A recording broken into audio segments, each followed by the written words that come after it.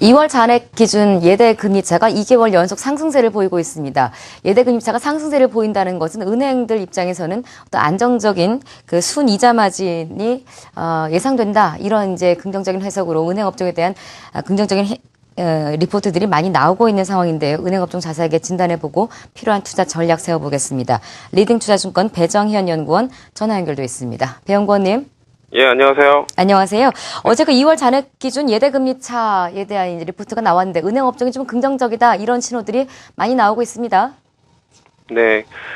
다만 이제 2월 잔액 기준으로 예대 금리가 개선되긴 했는데요.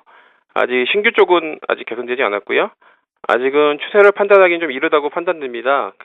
다만 이제 바닥권에는 근접했다고 생각하고 있는데 4월 기준금리 인하 가능성이 남아 있어가지고 아직 본격적인 상승 추세로는 전환은 좀 판단이 아직 유보입니다. 다만 이제 4월 기준금리 인하가 마지막이라면 바닥과 더불어서 상승 사이클에 대한 기대감이 높아질 거로 예상하고 있습니다.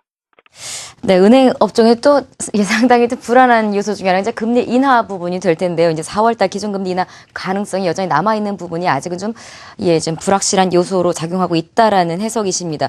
그렇더라도 어제 신정부가 경제정책 발표하면서 4월 중에는 추경 예산에 관한 이제 이야기를 언급을 했습니다. 그러면서 오늘 은행 업종들 상승 흐름이 업종 상승폭이 1%를 넘어서고 있는데요. 추경 예산 편성이 실질적으로 은행주에 어떤 효과가 있다고 보십니까?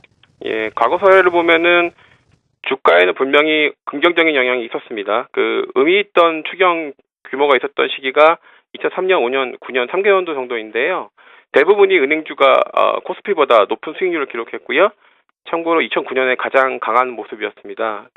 추경 예산이 편성되고 집행되면은 분명히 경기 부양 효과가 있기 때문에 경기 관련 수혜주인 은행 산업에 대한 관심이 좀 필요할 것으로 보고 있고요. 충분히 수익성 회복에는 도움이 될 것으로 예상을 하고 있습니다. 일단 수익적인 면에서는 도움이 될 것이다. 그렇지만 그 추가 예산 편성 예정에서 4월 기준금리 인하에 대한 가능성이 좀 강하게 우리가 점쳐볼 수 있는 내용들이 나오면서 여기에 대한 불안감도 역시 또 은행 업종에는 있을 수밖에 없는데요. 기준금리 방향성에 따른 은행주들의 영향은 어느 정도입니까? 네, 4월 기준금리 인하가 마지막이냐 아니냐가 중요할 것 같고요. 마지막이라는 시그널이 나온다면 분명히 단기적으로 2, 3개월 정도는 예대 마진에 부정적이겠지만 주가에는 크게 그렇게 부정적으로 비추지는 않을 것 같습니다. 4월 기준금리 인하가 마지막이 아니고 추가 인하 가능성을 열어둔다면 다소 속도 조절은 좀 있을 것으로 보고 있습니다. 네. 사실 은행주들 그러면 대내외적으로 불확실성 때문에 시장에서 상당히 오랫동안 소외돼 있던 업종 중에 하나 아니었었습니까? 네. 이제 약간 긍정적인 신호가 들어왔을 때 확 호재로 받아들일지 아니면 좀 이런 불확실적인 요소가 여전히 발목을 잡게 될지 일단은 좀 혹시나 기준금리 인하가 나오고 여러 가지 돈이 풀리더라도 은행 업종에는 단기적인 악재다 이런 해석으로 들리는데요. 긴 그림에서 은행 업종에 대한 전망은 어떻게 하고 계십니까? 올해 좀 다르게 보고 있는 건 1분기 실적에 대한 기대감은 유효하고 실제로 1분기 실적은 견조할 거고요.